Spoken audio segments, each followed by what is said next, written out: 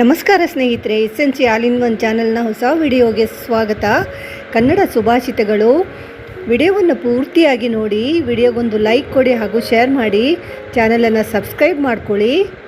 ಮನಸ್ಥಿತಿಯನ್ನು ಎಲ್ಲ ಸಮಯದಲ್ಲಿಯೂ ಸ್ವಸ್ಥಿತಿಯಲ್ಲಿ ಇರಿಸಿಕೊಳ್ಳಬೇಕು. ಒಂದು ಚಿಕ್ಕ ಮನಸ್ಥಿತಿಯು ಇಡೀ ದೇಹ ಮತ್ತು ಬುದ್ಧಿಯನ್ನು ತನ್ನ ಹಿಡಿತದಲ್ಲಿ ಇಟ್ಟುಕೊಳ್ಳಬಲ್ಲದು. ನಮ್ಮ ಪ್ರಗತಿಯ ರೂವಾರಿಗಳು ನಾವೇ ಹೊರತು ಬೇರೆಯವರಲ್ಲ. ಗುರಿಯ ಸ್ಪಷ್ಟತೆ ನಮಗಿದ್ದರೆ ಅನುಷ್ಠಾನದ ಹಾದಿಯಲ್ಲಿರುವ ಎಲ್ಲ ಅಡೆತಡೆಗಳನ್ನು ನಾವೇ ಸುಸೂತ್ರವಾಗಿ ನಿಭಾಯಿಸಬಹುದು.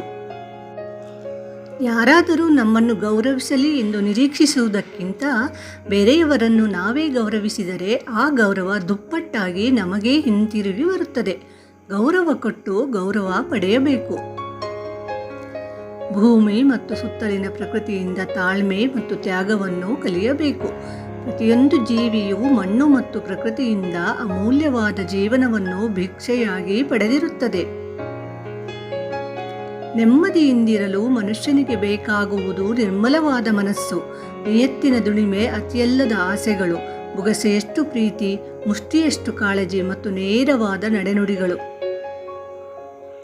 ಅಂತರಂಗದ ಮೃದಂಗ ಎಲ್ಲರಲ್ಲೂ ಒಂದೇ ಬಗೆಯ ತರಂಗಗಳನ್ನು ಮಿಡಿಯುವುದಿಲ್ಲ. ಆದರೆ ಮಿಡಿತದ ಅನುರಣನವು ಕರ್ಕಶ ಹಾಗೂ ಅಸಹನೀಯವಾಗಬಾರದು ಅಷ್ಟೇ.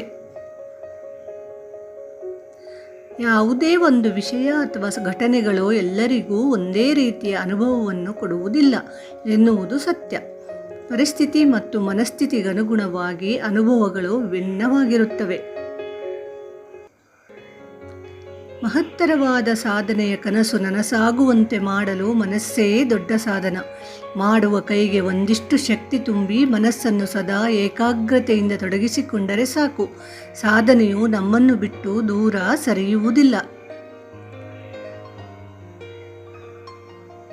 ನೊಂದವರ ನೋವನ್ನು ಅರ್ಥ ಮಾಡಿಕೊಳ್ಳುವವರು ಶ್ರೇಷ್ಠ ವ್ಯಕ್ತಿಗಳು ಆಗಿರುತ್ತಾರೆ.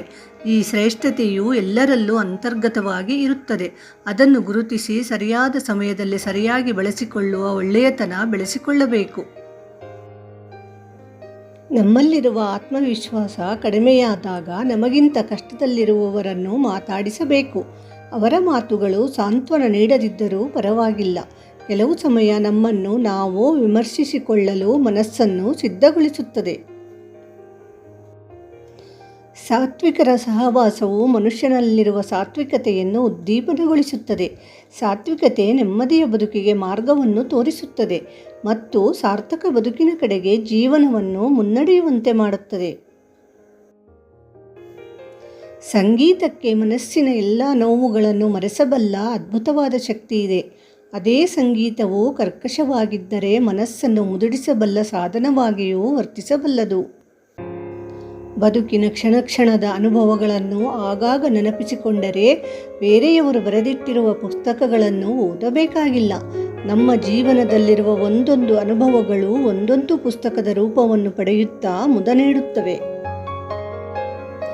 ದುಡಿಯಲೇಬೇಕೆನ್ನುವ ಹಂಬಲವಿರುವ ಜನರು ಇತರರಿಗೆ ಭಾರವಾಗಲು ಬಯಸುವುದಿಲ್ಲ.